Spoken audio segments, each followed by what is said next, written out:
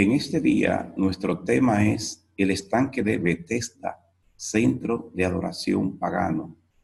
Vamos a analizar a ver si realmente el estanque de Betesda era un centro de adoración al Dios de Israel o si de hecho era un centro de adoración pagano.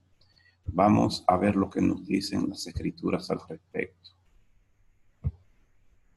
Vamos a ver lo que nos dice. Nos vamos a ir a Juan capítulo 5, versículos del 1 al 14. Después de estas cosas, había una fiesta de los judíos. Aquí quiero aclarar también algo de una vez, y es que cuando habla fiesta de los judíos, pero el escritor es Juan, y Juan es judío, está hablando de los Judaioi, y los Judaioi era el establishment, es decir, la élite religiosa de esa época. Es decir, que es el concepto real en este caso. Pues después de estas cosas había una fiesta de los judíos, de los Judaioi, y subió Jesús a Jerusalén, y hay en Jerusalén, cerca de la puerta de las ovejas, un estanque llamado en hebreo Betesda, el cual tiene 5 pórticos. En estos yacía una multitud de enfermos, ciegos, cojos y paralíticos, que esperaban el movimiento del agua, porque un ángel descendía de tiempo en tiempo al estanque y agitaba el agua. Y el que primero descendía al estanque después del movimiento del agua quedaba sano de cualquier enfermedad que tuviese. Dice este primer pasaje. Y había allí un hombre que hacía 38 años que estaba enfermo. Cuando Jesús lo vio acostado y supo que llevaba ya mucho tiempo así, le dijo: ¿quieres ser sano? Señor, le respondió el enfermo, no tengo quien me meta en el estanque cuando se agite el agua, y entre tanto que yo voy, otro desciende antes que yo. Jesús le dijo: levántate, toma tu lecho y anda. Y al instante aquel hombre fue sanado y tomó su lecho y anduvo, y era día de reposo aquel día. Entonces los Judaioi, los judíos, la clase dominante, como dije, el establishment, dijeron a aquel que había sido sanado: es día de reposo, no te es lícito llevar tu lecho. Él les respondió: el que me sanó, él mismo me dijo, toma tu lecho y anda. Entonces se le preguntaron: ¿quién es el que te dijo, toma tu lecho y anda? Y el que había sido sanado no sabía quién fuese, porque Jesús se había apartado de la gente que estaba en aquel lugar. Después le halló Jesús en el templo y le dijo: mira, has sido sanado, no peques más para que no te venga alguna cosa peor. Este es el pasaje del cual nosotros vamos a analizar en este día sobre este acontecimiento en el estanque de Betesda o Beit Hesed, donde este paralítico es sanado. Seguimos entonces analizando el pasaje. Aquí presentamos una imagen del estanque de Betesda. Y aquí vamos a hacer algo importante, y es que vamos a presentar lo que era la ciudad de Jerusalén. Aquí tenemos la parte sur de la ciudad, la parte vieja. Tenemos aquí esta otra porción. Aquí tenemos el templo en este lugar. Esta parte que está aquí, lo que dice New City, nueva ciudad, fue construida nada más y nada menos que por Herodes. Y en esa área, ya aquí el muro llegaba hasta acá, tuvieron que hacer otro muro, el tercer muro acá, para separar esta parte, la ciudad nueva, de la ciudad vieja. ¿Y quiénes vivían en la ciudad, en la parte nueva de la ciudad? ¿Y qué había en esta parte? Es la pregunta importante que iremos a analizar dentro de un ratito. Fíjense, en esta parte Herodes la construyó nueva. Herodes tenía problemas tanto con el Imperio Romano como con los judíos y quería estar en buena con ambos. Entonces, a los judíos les reconstruyó el templo, mientras que a los romanos le hizo la fortaleza Antonia, mira acá donde está, la fortaleza Antonia, los militares incluso, él trajo muchas prostitutas sagradas para deleitar sexualmente a los soldados. Estas mujeres se distinguían porque tenían el pelo rapado. De ahí es que después Pablo habla de que no era recomendable entrar a la congregación con el pelo cortado para que no se pareciera a estas mujeres. Aquí está el estanque de Betesda. También se construyeron teatros y otras edificaciones más. Vemos aquí el estanque de Betesda está prácticamente frente a la puerta de las ovejas. Aquí está la parte norte del templo y la puerta de las ovejas prácticamente aquí, bastante cerca. Es decir, el estanque de Betesda estaba muy próximo a donde estaba la puerta de las ovejas del templo. Esa parte, como vimos, corresponde a la ciudad nueva, construida por Herodes, donde estaban todas las edificaciones para los helénicos, para los griegos o las gentes de mentalidad griega. Aquí quiero presentar qué es lo que era un templo o Asclepión. El templo o Asclepión, vamos a ver algo muy interesante acá, y es este personaje, este Asclepión, que tiene aquí una vara, y en la vara hay una serpiente enroscada. Vemos acá en este lugar. Bueno, pues, ¿qué está pasando con el estanque de Betesda? ¿Y qué es lo que era un templo o Asclepión?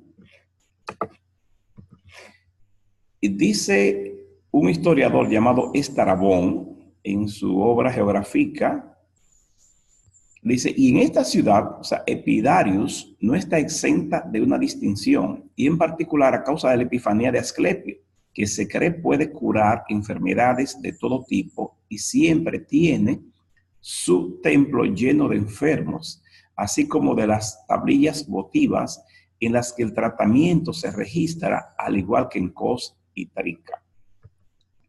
¿Quién fue Estrabón? O sea, este historiador del que estoy hablando fue un escritor romano del año 64 a.C. al 21 después de Cristo, quien escribió sobre la geografía y la historia del imperio. ¿Y qué eran tablillas votivas?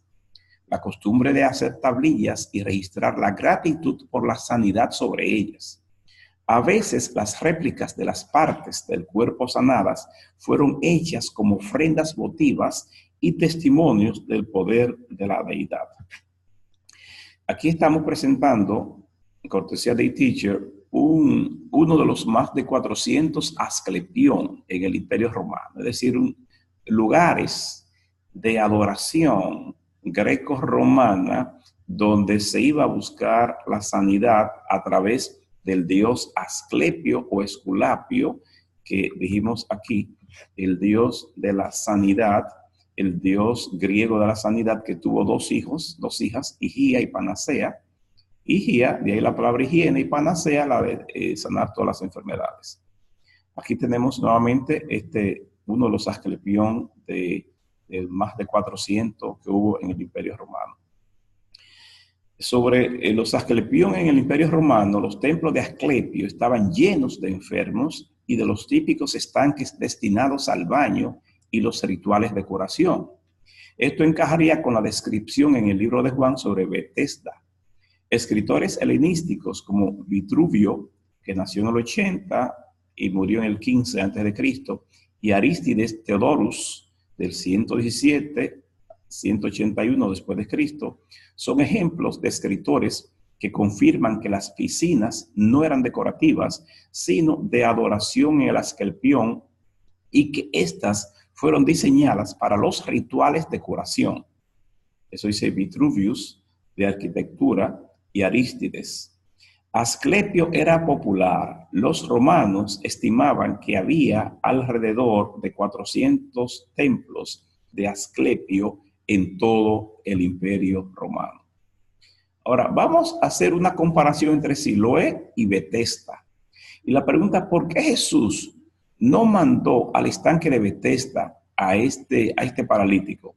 Vamos a ver qué dice en Juan 9 sobre otro estanque, el estanque de Shiloh o el estanque de Siloé. Dice Juan 9 del 1, en el versículo 1 y luego en el versículo 6 y 7. Al pasar Jesús vio a un hombre ciego de nacimiento. Es el versículo 1. El versículo 6, dicho esto, escupió en tierra e hizo lodo con la saliva y untó con el lodo los ojos del ciego y le dijo, vete a lavarte en el estanque de Siloé, que traducido es enviado. Fue entonces y se lavó y regresó viendo. Es decir, que aquí en el capítulo 9, en el otro estanque, habían dos estanques, el estanque de Betesda y el estanque de Siloé. ¿Por qué Jesús no manda al estanque de Betesda, sino que manda al estanque de Siloé a lavarse a este ciego? Cuando si buscamos aquí la geografía, vemos que el estanque de Siloé estaba mucho más lejos que el estanque de Betesda. Vamos a hacer la comparación geográfica. Vemos, por ejemplo, aquí el estanque de Betesda, el templo. Del templo a donde estaba el estanque de Betesda, de Siloé, era bastante lejos. Sin embargo, del templo al estanque de Betesda estaba bastante cerca.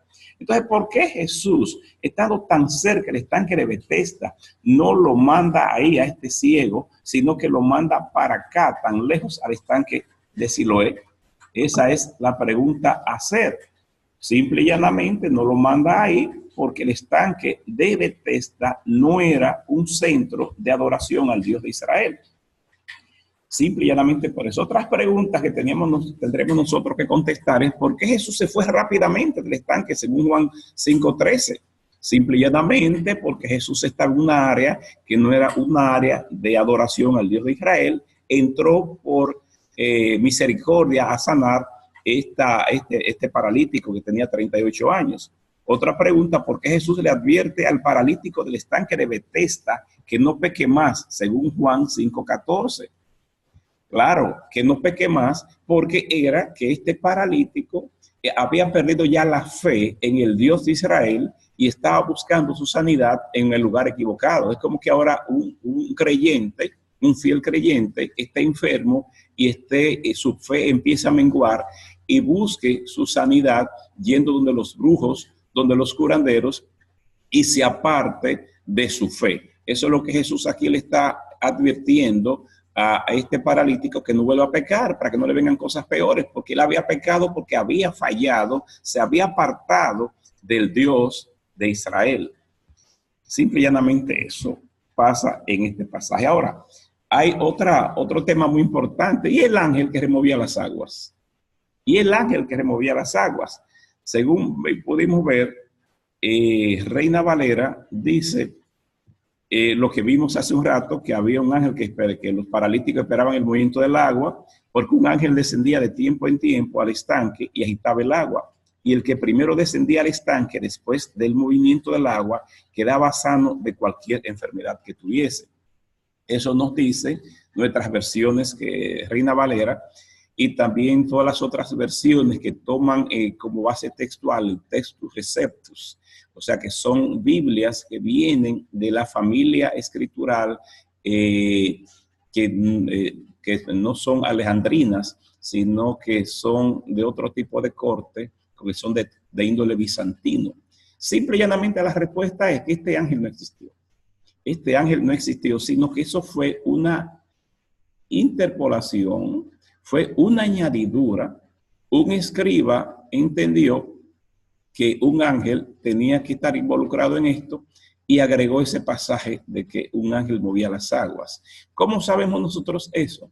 Si nosotros buscamos los textos más antiguos, veremos que en ninguna parte aparece ese ángel, sino que en los textos ya corrompidos de siglos después. Por eso vemos que algunas Biblias que no utilizan el Textus Receptus, sino que utilizan los textos alejandrinos antiguos, más antiguos, no aparecen en esos textos ese ángel. Y vamos, por ejemplo, a buscar alguna Biblia para que nosotros podamos entender esa parte fácilmente. Vámonos, por ejemplo, a Isword, este paquete de Biblias que tenemos acá. Y vemos, por ejemplo, vámonos a la Biblia textual, tercera edición, donde dice Después de esto hubo una fiesta de los judíos, Jesús subió a Jerusalén, etcétera, etcétera. En estos, versículo 3, Juan 5:3, yacía una multitud de enfermos, ciegos, cojos e impedidos. Punto. En la segunda parte del versículo 3 no va. El versículo 4 no. Y estaba allí cierto hombre que llevaba 38 años de enfermedad. Es decir, que aquí nos salta. En esto yacía una multitud de enfermos, ciegos, cojos e impedidos, y estaba allí cierto hombre que lleva 38 años en su enfermedad. Eso nos habla la Biblia textual, tercera edición, que utiliza no el textus receptus, sino que se va a la familia de textos alejandrinos más antiguos, donde el versículo 4 no está y parte del 3 tampoco. Vamos a ver otra versión, la nueva versión internacional 1999. También hace lo mismo. Hace lo mismo. En estos pórticos se hallaban tendidos muchos enfermos, ciegos, cojos y paralíticos. Entre ellos se encontraba un hombre inválido que llevaba enfermo 38 años. Es decir, que el versículo 4 tampoco aparece y parte del versículo 3. Nos vamos a otra versión, a la versión Castilian. La versión Castilian también, si podemos buscar, veremos que el versículo 4 no aparece tampoco. Que te salta del versículo 3 al versículo 5 y parte del versículo 3 tampoco está. Y así también otras versiones más, como la versión israelita nazarena, esta pone entre corchete el versículo 4 y pone un asterisco que más abajo describe que este versículo no aparece en los textos más antiguos. Entonces, vista la cosa de esta manera, podemos ya concluir que el estanque de Betesda, como era realmente un centro de adoración pagana.